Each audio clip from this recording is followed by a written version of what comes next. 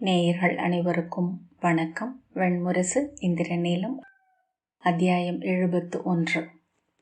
சொல்வடிவம் பெறா உணர்வொன்று எஞ்சிய விழிகளுடன் தலை தூக்கி சத்யபாமா, விதர்பிணியின் அரண்மனைக்கு சென்றிருந்தீரல்லவா என்றாள். திருஷ்டத்யும்னன், ஆம் அரசி, அவர் ஆணையை பெற்று இங்கு வந்துள்ளேன் என்றான். அவள் புருவங்கள் நடுவே சிறிய முடிச்சு விழுந்தது. அவளது ஆணையையா என்றாள். ஆம் என்றான் திருஷ்டத்யும்னன். ஒரு கணம் நிலைத்து நோக்கிவிட்டு அமர்க என்று சொல்லி அவள் கை நீட்டினாள். திருஷ்டத்யும்னன் அமர்ந்து கொண்டான். சிறிது நேரம் இருவரும் விழிகளை விலக்கிக் கொண்டு அமைதியால் சூழ்ந்து இருக்கப்பட்டு அமர்ந்திருந்தனர். சத்யபாமா பேச்சை துவக்கட்டும் என்று திருஷ்டத்யும்னன் காத்திருந்தான். அவனுடைய ஓர் உடல் அசைவோ குரலின் தொடக்கமோ அவளுக்கு தேவைப்பட்டது. வேட்டை பூனையின் புலநடக்கத்துடன் தன்னை முற்றிலுமாக அணைத்து கொண்டு திருஷ்டத்யும்னன் இருந்தான். விழிகளை சற்றே சரித்து ஆடிக்கொண்டிருந்த சாளர திரைச்சீலியின் விளிம்பை நோக்கியபடி கைகளை விரல் கோத்து மடியில் இட்டுக்கொண்டு உடலில் எந்த அசைவும் எழாது இறுக்கிக் கொண்டான். உடல் அசைவு காலத்தை அலகுகளாக பிரித்து அளவிடுவது. அளவிடப்படும் காலம் மீது ஏறி நெடுந்தூரம் செல்ல முடியாது. செய் என்று அது ஆணையிடும். ஏதும் செய்யாத போது எடை கொண்டு ஒவ்வொரு உடல் கணு மேலும் ஏறி அமரும். ஒவ்வொரு எண்ணத்துடனும் பின்னி முயங்கி இறுக்கி நெறிக்கும். உடல் அசைவுகளால் மானுடன் காலத்தை சமைத்து கொண்டிருக்கிறான் என்று துரோணர் சொல்வதுண்டு. அசைவற்ற உடல் காலத்தை அசைவற்றதாக்குகிறது. அசைவற்ற உடலை அசைக்க உள்ளம் கொள்ளும் முயற்சியை வென்றால் அதுவும் அசைவிழந்து உடல் மேல் படிவதை காணலாம். கற்சிலை மேல் படியும் ஆடை போல. பின்னர் வெறும் வண்ணப்பூச்சாக ஆகிவிடுகிறது. உள்ளத்தை வெல்ல உள்ளத்தால் முயல்பவன் யோகி. அவர்களின் வழிகள் பல. உள்ளத்தை உடலால் வெல்ல முடியும் என அறிந்தவன் வீரன். மாபெரும் யோகிகள் அடையாத உச்சங்களை எளிய வீரர்கள் சென்று அடையலாகும். துரோணர் விழி மூடி தன்னுள் மூழ்கியவர் என சொல்லெடுத்து கொண்டிருந்தார். சத்யபாமாவின் உடலில் காலம் பதறி கொண்டிருந்தது. அவள் தன் கட்டை விரலால் தரையில் விரிக்கப்பட்ட தடித்த மரவுரி கம்பளத்தை நெருடி கொண்டிருந்தாள். சுட்டு விரல் மேலாடை நுனியை சுழற்றி கொண்டிருந்தது. விழிகள் அவள் உள்ளத்தில் ஓடிய எண்ணங்களுக்கு ஏற்ப அசைந்தோடின. இதழில் அவள் சொல்லாத சொற்கள் குவிந்து மலர்ந்து தயங்கி உள்ளிழுக்கப்பட்டு மறைந்தன. இப்புவியை அவள் உணர்ந்ததும் மெல்லிய அதிர்வுடன் விழித்து அவனை எவர் என வியக்கும் கணம் ஒன்றில் நோக்கி மீண்டு, என்ன சொன்னாள் என்றாள். யார் என்றான் திருஷ்டத்யும்னன். அச்சொல் அவளை பொறுமை இழக்கச் செய்யும் என அறிந்திருந்தான். அவள் குரல் உயர்ந்தது. அவள் என்ன சொன்னாள் என்று எனக்கு தெரியும். சேமந்தகத்தை என்னிடம் இருந்து வாங்கி வரச் சொல்லி இருப்பாள். நாளை அரசரவையில் அதை முடிசூடி அவள் அமர்ந்திருக்க விழைகிறாள் என்றாள். அவள் நாளை அரசர் கூடிய பேரவையில் துவாரகையின் பட்டத்தரசி என அமரப்போவதில்லை. யாதவ பெண்ணாகிய என்னை இன்னமும் பாரத வருஷத்தின் சத்திரிய அரசர்கள் ஏற்றுக்கொள்ளவில்லை என்பதால் மட்டுமே அவள் அவை அமர்கிறாள். அது ஒரு அரசு சூழ்தல் முறை மட்டுமே. அனைவரும் அதை அறிவர். இங்கு நகராழ்வதும் இளைய யாதவர் இணையமர்வதும் நானே. சீமந்தகமணியை மார்பில் அணிந்து சத்திரியாவையில் அமர்ந்தால் அரசர் நடுவே அவள் பட்டத்தரசி என அறியப்படுவாள் என்று எண்ணுகிறாள். நான் ஒருபோதும் அதற்கு ஒப்பப்போவதில்லை என்றாள். திருஷ்டத்யும்னன், அரசி, சீமந்தகத்தின் மேல் தனக்கும் ஓர் உரிமை உள்ளது என்று விதர்பிணி சொல்கிறார். தங்களிடம் அதை முறைப்படி சொல்லும்படியே என்னை பணித்தார் என்றான். இரு கைகளையும் கைப்பிடி மேல் வைத்து சற்றே முன்னால் நகர்ந்து வியப்புடன் விரிந்த விழிகளுடன், சேமந்தகத்தின் மேலா? அவளுக்கா? என்ன உரிமை என்றாள். அது யாதவர்களின் குடிச்செல்வம். அவளுக்கும் அதற்கும் என்ன உறவு? வீண் சொல் எடுக்கிறாள். அவள் வஞ்சம் இங்கு ஒருபோதும் நடக்கப் போவதில்லை. திருஷ்டத்யும்னன், அரச முறைமைகள் குடிமுறைமைகள் என முன்னோர் வகுத்த சில உள்ளன அரசி என்றான். என்ன உரிமைகள்? யாதவர்களை ஒடுக்கும் சத்திரியர்களுக்கும் யாதவர்களுக்கும் பொதுவான முறைமைகள் என்ன? தங்கள் அவையில் நிகரமரவே யாதவர்களுக்கு தகுதியில்லை என்பவர்களுக்கு யாதவ மணி மட்டும் தகுதி கொண்டதாகிவிடுமா? என்ன சொல்கிறார்கள்? அவளுடைய படபடப்பைக் கண்டு உள்ளூர புன்னகைத்தபடி திருஷ்டத்யும்னன் அவளை மேலும் உணர்வெழுச்சி நோக்கி தள்ளினான். அரசி, என்னதான் இருந்தாலும் பாரத வருஷம் என்பது சத்திரிய நிலம் அல்லவா? போர்வென்று முடிக்கொண்ட சத்திரியர்கள் அமைத்த நெறிகளை ஏற்றுத்தானே எவராயினும் ஒழுக முடியும் என்றான். சத்யபாமா உரத்த உடைந்த குரலில், எவர் சொன்னது அது? சத்திரியர் என்பவர் எவர்?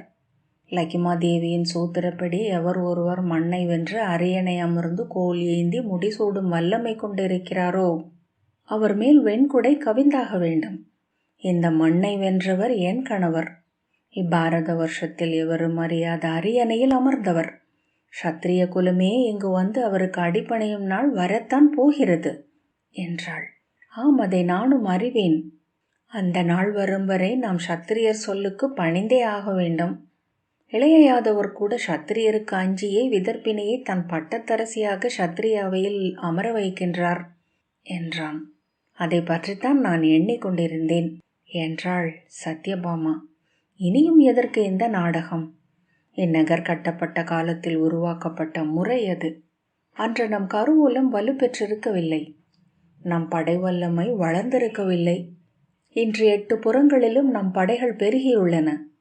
பாரத வருஷத்தின் எந்த நாடும் எண்ணி பார்க்க முடியாத பொருள் ஆற்றல் கொண்டிருக்கிறோம். எவருக்காக இனி நாம் அஞ்ச வேண்டும்? நாளை செயமந்தகத்தை நானே சூடி வருகிறேன். பட்டத்தரசியாக அரசர் அவையில் நான் அமர்கிறேன். வந்திருக்கும் சிற்றரசர்களில் எவர் அவையை புறக்கணிக்கிறார் என்று பார்க்கிறேன். திருஷ்டத்யும்னன், என்றாயினும் அதை தாங்கள் செய்தே ஆக வேண்டும் என்றான். அவள் தலையை அசைத்து குழலை பின்னால் தள்ளி, ஆம், எதற்கும் ஓர் இறுதி முடிவு வந்தாக வேண்டும் என்றாள். திருஷ்டத்யும்னன் புன்னகைத்தான். இந்த பூசல் எழுவதற்காகவே சேமந்தகத்தை இளையவர் கட்டவிழ்த்து விட்டிருக்கிறார் என்றான். இந்த மணி செல்லும் இடமெல்லாம் பூசலை உருவாக்குகிறது என்பார்கள். அதுவே நிகழ்கிறது சத்யபாமா. இந்த பூசல் இவளை உருவாக்குவது. இவளது பேராசை என்றாள். திருஷ்டத்யும்னன், அதற்கு முன் விதர்ப்பினியின் தரப்பை சொல்ல ஒப்புதல் உண்டா என்றான். சொல்லும் என்றாள் சத்யபாமா. அரசி, தங்கள் தந்தை சத்ராஜித் இந்த மணியை மார்பில் அணிந்து ஒரு முறை கேகய நாட்டுக்கு சென்றிருக்கிறார். இளைய கைகேயி பத்ரையின் இடைமணி விழாவை சிறப்பிக்கையில் விளையாட்டென சேமந்தகத்தை எடுத்து சிறு மகவான விதர்ப்பினிக்கு அணிவித்திருக்கிறார். அதற்கு சூதர் சொல் சான்றுகள் உள்ளன என்றான். சத்யபாமா திகைத்து, அதனால் என்ன என்றாள். தங்களுக்கு அந்த மணி அணிவிக்கப்படுவதற்கு முன்னரே விதர்ப்பினிக்கு அணிவிக்கப்பட்டிருக்கிறது. அன்று தங்கள் தந்தை அந்த மணி மீது அவளுக்கும் உரிமை உண்டு என்று ஒரு சொல் சொன்னதாக விதர்ப்பினி சொல்கிறார். உறக்க பொய் என்று கூவியபடி எழுந்துவிட்டாள் சத்யபாமா. நானும் அதை நம்பவில்லை அரசி. ஆனால் அந்நிகழ்வு உண்மை. சேமந்தக மணியை சூடி விதர்ப்பினி அன்று அவை சுற்றி வந்தது பாடப்பட்டுள்ளது. தங்கள் தந்தையே அளித்த மணியை சிற்றுணர்வால் ஆளப்படும் தாங்கள் மறுக்கிறீர்கள் என்று பொன் விழையும் பாணர் எழுதி நிறுவ அதுவே போதும் என்றான். நிறுவட்டும் என்றாள் சத்யபாமா. ஆம், சிற்றுணர்வேதான். என் குடிச்செல்வத்தை பிரிதொருத்தி சூட நான் ஒப்ப முடியாது. அதை அவள் தொட்டால் இந்த மணி நெருப்பாக எரிந்து அவள் குடியை எரிக்கும். ஆம் அரசி, அதை நானும் அறிவேன் என்றான் திருஷ்டத்யும்னன். தங்களை ஏன் பட்டத்தரசியாக ஏற்க முடியவில்லை என்றிருக்கிறார்கள் இவர்கள் என்று அறிந்திருக்கிறீர்களா? தளர்ந்த காலடிகளுடன் அமர்ந்து, ஏன் என்றாள் சத்யபாமா. தாங்கள் அரசகுடி பிறக்கவில்லை. அரசகுடிக்குரிய பெரும் போக்கும் கொடைத்திறனும் நிலை பேருள்ள நோக்கும் தங்களிடம் இல்லை. முடிசூடினாலும் எளிய யாதவ பெண்ணாகவே உளநிலை கொண்டுள்ளீர்கள். இந்நிகழ்வையே அதற்கென முதற் சான்றாக அவர்கள் முன்வைப்பார்கள். பற்களை கடித்து, முன்வைக்கட்டும், அதை நான் பொருட்படுத்தப் போவதில்லை என்றாள் சத்யபாமா. இந்த மணி ஒன்றால் தான் இந்நகர்வாழ் மூடர் நடுவே நான் சத்திரிய பெண்ணான அவளை விட ஒருபடி மேலாக எண்ணப்படுகிறேன். யாதவரின் குடித்தலைவி என்ற இடமே என்னை பட்டத்தரசியாக்குகிறது இளவரசே. இம்மணியை சூடி அவளும் அமர்வாள் என்றால் யாதவர் கூட அவளை ஏற்க மாட்டோம் என்று சொல்ல தயங்குவர்.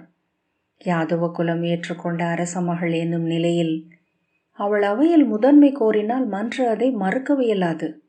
நீங்கள் எண்ணுவது போல அவள் தனித்தவள் அல்ல என்றாள் சத்யபாமா. அரசு சூழ்தல் அறிந்த அமைச்சர்கள் அவளுக்கு பின்னால் இருக்கிறார்கள். இன்று துவாரகையின் அரசியாக அவள் ஆவதை சத்திரியர்களும் விழைகிறார்கள். ஒருவேளை விதர்ப்பத்தில் இருந்தே கூட ஒற்றர்கள் அவளுக்கு நெறிவகுத்து அளிக்கக்கூடும். அவள் சொல்லும் ஒவ்வொரு சொல்லும் அரசாடலின் காய்கள். இதில் என் ஆடல் இது. சியமந்தகத்தை என் நிலையிலும் அவளுக்கு அளிக்க முடியாது. திருஷ்டத்யும்னன் மாறாமல் புன்னகைத்து, உண்மையில் இதையே நான் எண்ணினேன் என்றான். தங்கள் சொற்களை எதிர்ப்பினிக்கு அளிக்கிறேன் என்றபடி எழுந்து தலை வணங்கினான். அவளிடம் சொல்லும், இந்த வீண் விளைவுகளை கடந்து இந்நகர் வெற்றியுடன் வாழ அவளால் என்ன இயலுமோ அதை செய்யும்படி நான் ஆணையிட்டேன் என்று. பிறிதெதுவும் இங்கு நிகழாது என்று அவள் தெளிவு கொள்ள வேண்டும் என்று நீரும் வழிகாட்டும் என்றாள் சத்யபாமா.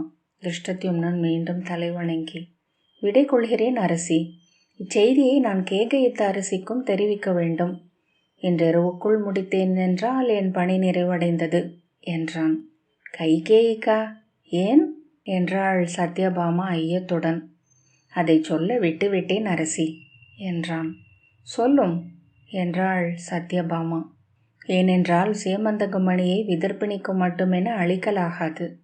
என்மருக்கும் அதில் நிகர் உரிமை உள்ளது என்று என்னிடம் கைகேயி சொன்னார். சத்யபாமா ஏளனமாக, அவளுக்குமா? என்னதான் எண்ணி இருக்கிறார்கள் இவர்கள் என்றாள். அரசி, அவர்கள் அனைவரும் துவாரகைக்கு அரசியர் அல்லவா என்றான் திருஷ்டத்யும்னன். ஆம், ஆனால் இங்கு பட்டத்தரசி என்பவள் நான் என்றாள். அது மாறாத உண்மை அரசி. ஆனால் பிற அனைவரும் என்ன எண்ணுகிறார்கள் என்பதும் உணரப்பட வேண்டியதல்லவா? என்மர் அமர்ந்த முழு பேரவையில் எவர் பட்டத்தரசி என்னும் வினா எழும் என்றால் அதை எப்படி எதிர்கொள்வது? சத்யபாமா விழி சுருக்கி, ஏன் என்றாள். அவ்வாறு எழ வாய்ப்பில்லை. ஆனால் அது எழும் என்றால் முறைமைப்படி அவர்கள் ஐங்குடியினரும் அமரும் ஒரு பொது மன்று கூட வேண்டும் என்றுதான் கோருவர். இங்குள்ள சத்திரியர்கள் அதில் முன்னிற்பார்கள். அந்த அவையில் யாதவர்களின் குரல் ஒன்று மட்டுமே தங்களுக்கு ஆறுதலாக ஒலிக்கும். பிறர் குடியையே தேர்வார்கள் என்பதனால் விதர்ப்பிணிக்கு ஒப்புதல் அளிக்கக்கூடும். அவ்வண்ணமெனில் அடுத்த வினா 8 அரசியரும் எவ்வண்ணம் விழைகிறார்கள் என்பதே. அவர்களில் தங்களை ஆதரிப்பவர் எவர் என்று நாம் நோக்கியாக வேண்டும் என்று திருஷ்டத்யும்னன் தொடர்ந்தான். சத்யபாமா பெருமூச்சுடன், அப்படி ஒன்று நிகழுமா என்ன என்றாள். ஆம், இறுதியில் அதுவே நிகழும். அரசு சூழ்தலில் யாதவர்களுக்கென தனி நெறிகள் இல்லை. அவர்களது சிறிய குடியரசுகளுக்கு இதுவரை சத்திரிய நெறிகளே வழிகாட்டுகின்றன. முடியரசின் நெறிகள் என்றும் சத்திரியர்களுக்கே நலம் பயப்பவை. என்ன நிகழும் என்றாள் சத்யபாமா. 8 அரசியரின் கருத்தை பெருமன்று உசாவலாம். விதர்ப்பிணியை அரசியாக்க வேண்டும் என்று பிற சத்திரிய அரசியர் கோரலாம். அவ்வண்ணம் ஆக்கவில்லை என்றால் தாங்கள் அவையமர மாட்டோம் என்று மறுக்கவும் செய்யலாம். அவர்களை மன்னரோ மன்றோ கட்டுப்படுத்த முடியாது. அவ்வண்ணம் அரசியர் மறுத்தார்கள் என்றால் இங்கு குடிமன்றுகள் எவையும் கூட முடியாது. அரசு மன்றுகளும் முறைப்படி அமையாது. குல தெய்வங்கள் பூசனை கொள்ளாதொழியும். அந்த இக்கட்டை எந்த அரசும் விரும்பாது என்றான் திருஷ்டத்யும்னன். சத்யபாமா, இதை நான் எண்ணியதில்லை என்றாள். பிற அரசியர் அறுவரையும் நாங்கள் இருவரும் பொருட்டென எண்ணிக்கொண்டதே இல்லை. அவர்கள் எண்ணுவது என்ன என்று அறிந்திருக்கவும் இல்லை. திருஷ்டத்யும்னன், அவ்வாறல்ல அரசி. விதர்ப்பிணி அரசியரை நன்கு அறிந்தே இருக்கிறார்கள் என்றான். சற்று முன் நான் மாத்திரையை கண்டுவிட்டு வந்தேன் என அவன் சொல்வதற்குள், மாத்திரையா? என் உளவு செடியர் சொல்லவில்லையே என்றாள் சத்யபாமா சிரித்தபடி. தங்கள் உளவு செடிகள் அனைவருமே விதர்ப்பிணியை மட்டுமே முன்னோக்குகின்றனர். பிற அறுவரையும் அவர்கள் பெயர்களுக்கு மேல் அறிந்திருக்க வாய்ப்பில்லை என்றான் திருஷ்டத்யும்னன். இன்று நான் மாத்திரையின் மந்தன அவைக்கு சென்றபோது ஒன்று கண்டேன். 8 அரசியரும் தங்களுக்கென தனி அரசியலை கொண்டிருக்கிறார்கள். அதில் மாத்ரி கேகய நாட்டு அரசி பத்ரையின் சொற்படி ஆடும் பாவை. சத்யபாமா, ஆம், நான் அதை உணர்கிறேன். பத்ரை போர் தொழில் கற்றவள், அரசு சூழ்தல் அறிந்தவள். க்ஷத்திரிய பெண் என்ற ஆணவம் கொண்டவள் என்றாள். உண்மை. நிமிர்ந்த தோள்களும் நேர் நோக்கும் கொண்டவர் கைகேயி. ஆணையிடும் குரலில் என்னுடன் பேசினார் என்று திருஷ்டத்யும்னன் சொன்னான். அவருக்கு இடிமணி அணிவிக்கும் விழாவுக்கு விதர்ப்பிணி அங்கு வந்தார் என்றும் தங்கள் தந்தை சேமந்தகத்தை விதர்ப்பிணிக்கு அணிவித்திருப்பதற்கு தானே சான்றும் என்றும் பத்ரை சொன்னார். அதையே நான் சற்று முன் சொன்னேன். சத்யபாமா ஓ என்று சொல்லி எண்ணம் அழுந்த பீடத்தில் சாய்ந்தாள். அரசி, இன்னொன்று கருதப்பட வேண்டும். பத்ரையும் க்ஷத்திரிய மகள். அவர்களின் குரல் எழுவது எப்படியானாலும் அதன் இறுதி இலக்கு விதர்ப்பிணிக்காகவே என்று எளிதில் உய்த்துணரலாம். அதற்கு துணையாக மலைமகள் லக்ஷ்மணியை எடுத்து கொண்டிருக்கிறார். அவை மன்றில் க்ஷத்திரியர்களும் பிறரும் என இருபால் பிரிவினை உருவாகும் என்றால் க்ஷத்திரியர்களின் குரல் வலுக்க வேண்டும் என்பதற்காகவே முடிவல்லமை இல்லாத உபமத்திரத்தின் அரசியையும் தன்னுடன் சேர்த்து கொண்டிருக்கிறார். அவர் நெடுந்தூரம் சென்று விட்டார் என்பதை அவர்களின் பேச்சில் இருந்து அறிந்தேன். இனி அவையில் இளைய யாதவர் எழுந்து அரசியர் மன்றை நோக்கி, உங்கள் ஆணை என்ன திருமகள்களே என்று வினவினால் விதர்ப்பிணியின் குரலே ஓங்கும் என்று எண்ணுகிறேன் என்றான். சத்யபாமா ஏதோ சொல்ல வந்த பின் தயங்கி நீள் மூச்சுடன் தளர்ந்து பீடத்தில் அமர்ந்தாள். ஆம் என்று தனக்குத்தானே தலையசைத்தாள். திருஷ்டத்யும்னன் அவள் உள்ளம் குவிந்து மீண்டும் பேச வருவது வரை பொறுமை காக்க வேண்டும் என முடிவெடுத்து தன் உடலை இருக்கையில் சாய்த்து அசைவிழந்தான். அவள் அலை பாய்ந்த கருவிழிகளுடன் விரல்களால் ஆடையை சுழற்றியபடி நெடுநேரம் அமர்ந்திருந்தாள். காற்று கடந்து செல்லும் சுனையென அவள் உடலில் எண்ணங்கள் சிறு அசைவுகளாக நிகழ்ந்து கொண்டிருந்தன. பிரிந்து பிரிந்து செல்லும் எண்ணங்களை வளைதடியில் தட்டி தொகுக்கும் மாயனென அவள் உள்ளம் தவிப்பதை திருஷ்டத்யும்னன் உணர்ந்து தனக்குள் புன்னகைத்து கொண்டான். சத்யபாமா நீண்ட மூச்சுடன் திரும்பி, என்ன செய்வது பாஞ்சாலரே, எனக்கு ஒன்றும் தோன்றவில்லை என்றாள். அவருக்கு அவள் மேல் உள்ள அன்பையும் நான் அறிவேன். எட்டரசியர் அவையில் அவளுக்கு உகந்த முறையில் சொல் எழுந்தால் அக்கள்வர் அவளுக்கு மணியை அளிக்க அதையே சுட்டிக்காட்டவும் செய்வார். யாதவர்களுக்குள் ஒற்றுமை இல்லை. சிறிய குலமாகிய அந்தகர்கள் நான் அரசியானால் மேலெழுந்து விடுவார்கள் என அஞ்சும் விஷ்ணிகளும் போஜர்களும் அதை ஆதரிக்கக்கூடும். பின்பு தனக்குத்தானே தலையசைத்து, நீங்கள் எண்ணுவதை விடவும் இக்கட்டு வலுவானது என்றாள். அரசி, இன்று எங்குள்ள நிலைமையை நாம் தொகுத்து பார்க்க முயல்வோம் என்று அவன் சொன்னதும் அவள் உள்ளம் தனித்துச் சுழல்வதை காட்டும் விழிகளுடன் மெல்ல தலையசைத்தாள். 8 அரசியரில் கோசல அரசி நக்னஜித்தியும், அவந்தி அரசி மித்ரவிந்தையும், கேகயத்த அரசி பத்ரையும், விதர்ப்பினியும் க்ஷத்திரியர். தாங்களும் கான்வேடர் குலத்து அரசி ஜாம்பவதியும், மச்சர் குலத்து அரசி காலிந்தியும், மற்ற அரசி லக்ஷ்மணியும் க்ஷத்திரியர்கள் அல்ல. துலாமுள் இரு பக்கமும் அசையாது முற்றிலும் நிலை பெற்றிருக்கும் சூழல் என்றுள்ளது. அதை உணர்ந்து தங்கள் தரப்பில் ஒலிக்க வேண்டிய குரலில் ஒன்றை விதர்ப்பினியின் தரப்பு வென்றுள்ளது. லக்ஷ்மணை பத்ரையின் தோழி எனச் சென்று விதர்ப்பினியை ஆதரிப்பார்கள் என்றால் தாங்கள் முன்னரே தோல்வியடைந்து விட்டீர்கள் என்றான் திருஷ்டத்யும்னன். சினத்துடன் இரு கைகளையும் அரியணையின் பிடியில் அடித்து சத்யபாமை கொதித்தாள். மூடப்பெண், அவளை இப்போதே வரவழைக்கிறேன். அவள் இங்கு நகர் நுழைந்த போது இங்குள்ள முதற்குடையாதவரும் வணிகப் பெரும் முதலிகளும் அவள் அரசி அல்ல என்றும் அவள் அரியணை அமர ஒப்பமாட்டோம் என்றும் பேசிக்கொண்டதை நான் அறிந்தேன்.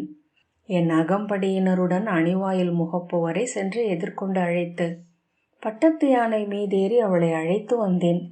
இங்கு அவருக்கு நிகராக அரியணையில் அவளை அமர்த்தி அரச முறைமைகள் அனைத்தையும் செய்ய வைத்தேன்.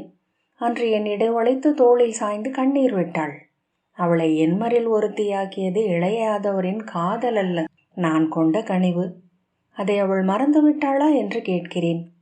மறந்திருக்க மாட்டார்கள் அரசி என்றான் திருஷ்டத்யும்னன். ஆனால் அன்றே அவரை வெல்லும் நோக்கம் விதர்ப்பிணிக்கு இருந்தது என்றால் இதைவிட நெகிழ்வான சில நிகழ்வுகள் அவர்களுக்குள்ளும் நிகழ்ந்திருக்கலாம். லக்ஷ்மணை எளியவர், இசையன்றி அரசியல் அறியாதவர். ஏதேனும் தருணத்தில் அவரால் சொல் ஒன்று அளிக்கப்பட்டிருக்கலாம். இன்று நாம் ஏதும் சொல்ல முடியாது. சத்யபாமை முற்றிலும் தளர்ந்து பீடத்தில் சாய்ந்தாள்.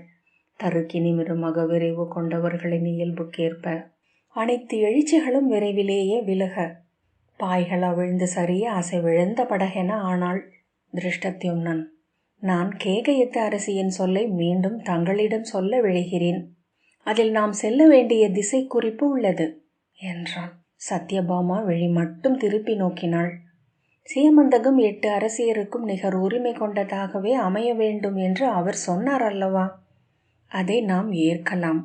அதை என்று தளர்ந்த குரலில் கேட்ட சத்யபாமை சற்றே சினம் எழ, விதர்ப்பினி கோருவதனால் இவளும் கோருகிறாள், பிற அனைவரும் கோருகிறார்களா என்ன என்றாள். முறைப்படி அவ்வண்ணம் கோர அவர்களுக்கு என உரிமை உண்டு அல்லவா? நாம் வேண்டுவது அதுவே என்றான் திருஷ்டத்யும்னன். தாங்கள் இளைய யாதவரின் பட்டத்தரசியாக முடிசூடி இங்கு அமர்ந்திருக்கையில் தனி கருவூலமோ தங்களுக்கென உரிமை பொருளோ கொண்டவர் அல்ல. சேமந்தகம் என்று இங்கு வந்ததோ அன்றே இளைய யாதவரின் கருவூல பொருளாகிவிட்டது. அரசி, அரச நெறிப்படி தாங்கள் அணிந்துள்ள இந்த அணிகள் ஒவ்வொன்றும் கூட கருவூலத்துக்குரியவையே. 8 அரசியரும் அக்கருவூலத்துக்கு நிகர் உரிமை கொண்டவர் என்பதால் சேமந்தகமும் அவர்களுக்கு உரிமை உடையதே.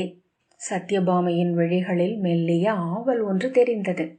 அவ்வண்ணமெனில் அவளை விதர்ப்பினியின் குரலாக கொள்ள வேண்டியதில்லை, அவளுக்கு எதிராகவும் கொண்டு செல்லலாம் அல்லவா?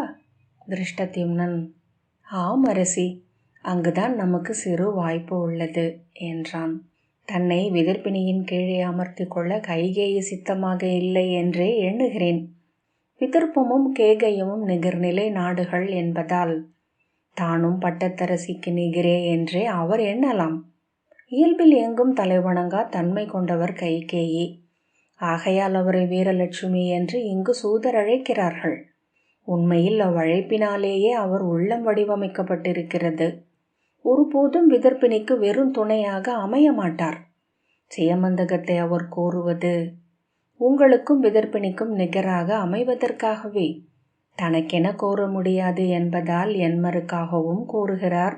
இன்று நாம் செய்யக்கூடுவது அவர்களை பிரிப்பதே என்றான் திருஷ்டத்யும்னன். 2 அணிகளாக அவர்கள் பிரிந்தால் தாங்கள் வெல்வது எளிது என்றான். சத்யபாமா, ஜாம்பவதி என் நிலையிலும் என்னுடன் இருப்பாள், அதில் ஐயமேதுமில்லை என்றாள். திருஷ்டத்யும்னன் ஆம் என்றான். காளிந்தியும் தங்களுக்காக பேசுவார். எஞ்சும் இருவரும் சத்திரிய பெண்கள். அவர்களில் ஒருவரை தாங்கள் வென்றெடுப்பீர் என்றால் அவையில் பெரிதொரு குரல் எழாது வெல்ல முடியும். சற்று நேரம் உளம் துழாவிய பின் காளிந்தியிடமும் ஜாம்பவதியிடமும் நான் ஆணையிட முடியும் என்று சத்யபாமா சொன்னாள். ஆம் அரசி, அவர்களுக்கென தனி உள்ளங்கள் இருக்க வாய்ப்பில்லை. சத்திரிய இளவரசிகள் அவ்வாறல்ல. இளமையிலேயே மண்ணாளும் கனவுகளுடன் வளர்கிறார்கள். பெரிதொருவருக்கு கீழே இருப்பதில் ஆணவும் புண்படுகிறார்கள். அவர்களை நோக்கி நாம் ஆணையிட முடியாது. அவர்கள் கோரும் ஏதோ ஒன்றை கொடுத்து ஒரு அரசு முறை புரிதலை மட்டுமே உருவாக்கி கொள்ள முடியும் என்று திருஷ்டத்யும்னன் சொன்னான். இன்று கைகேயை வென்றெடுக்க மிக எளிய வழி ஒன்று தங்களுக்கு உள்ளது. சீமந்தகத்தை அவர்களுக்கும் அளிப்பதாக சொல்லுங்கள். என்ன சொல்கிறீர் என்று அரையுள்ளத்துடன் சினந்தாள் சத்யபாமா. ஆம் அரசி, தங்களுக்கு நிகராக சேமந்தகம் விதர்ப்பினிக்கு மட்டும் அளிக்கப்படும் என்றால் மட்டுமே விதர்ப்பினி வெற்றி கொள்கிறார். அரசியர் என்மருக்கும் அந்த மணியை அளிக்கிறீர்கள் என்றால் வேடர் குலத்து ஜாம்பவதி அணியும் அதே மணியை தானும் அணிவதாகவே விதர்ப்பினி எண்ண முடியும். தங்கள் இயல்பான பெருந்தன்மையால் அந்த மணியை என்மருக்கும் அளித்தீர்கள் என்று சூதர்களை பாட வைக்க முடியும். அந்நிலையில் என்றும் அந்த மணி தங்களுக்குரியதாக இருக்கும். பிற 7வரும் வெறுமனே அதை சூடி அமர்வதாகவே பொருள் கொள்ளப்படும். ஆனால் நாளை அவையில் அவள் அமர்ந்து அணிந்திருப்பது என்று சத்யபாமா சொல்லத் தொடங்கவும், நாளை மாலை அரச பேரவையில் விதர்ப்பினி சேமந்தகத்தை சூடுவதற்கு முன்னதாகவே உச்சி பொழுதின் அவையில் அதை பத்ரை சூடட்டும். புலரியில் என் குலத்து மூதன்னையர் ஆலயத்தில் பூசனை முடிக்கச் செல்லும் ஜாம்பவதி அதை அணியட்டும். விதர்ப்பினி மீண்டும் அணியும் போது அந்த அணிதல் எப்பொருளும் இல்லாதாகிவிட்டிருக்கும். சில கணங்கள் அச்சொற்களின் முழு பொருளை உணராதவள் போல் இருந்த சத்யபாமை முகம் மலர்ந்து, அதுவே உகந்த வழி, ஆம் அது உகந்த வழியே என்றாள். சேமந்தக மணியை தங்களிடம் பெற்று அரசியார் ருக்மிணிக்கு அளிப்பதாக வாக்களித்துள்ளேன். அதே வாக்கை பத்ரைக்கும் லட்சுமணிக்கும் அளித்துள்ளேன். என்மருக்கும் மணி அளிக்கப்படக்கூடாது என்று நான் எவரிடமும் சொல் பெறவில்லை. தாங்கள் எண்ணிய இலக்கும் ஈடேறும், என் சொல்லும் கனியும் என்றான் திருஷ்டத்யும்னன். சத்யபாமை சிரித்தபடி அவ்வண்ணமே ஆகுக என்றாள். இந்திரநீலம் 71வது அத்தியாயம் இத்துடன் நிறைவு பெற்றது.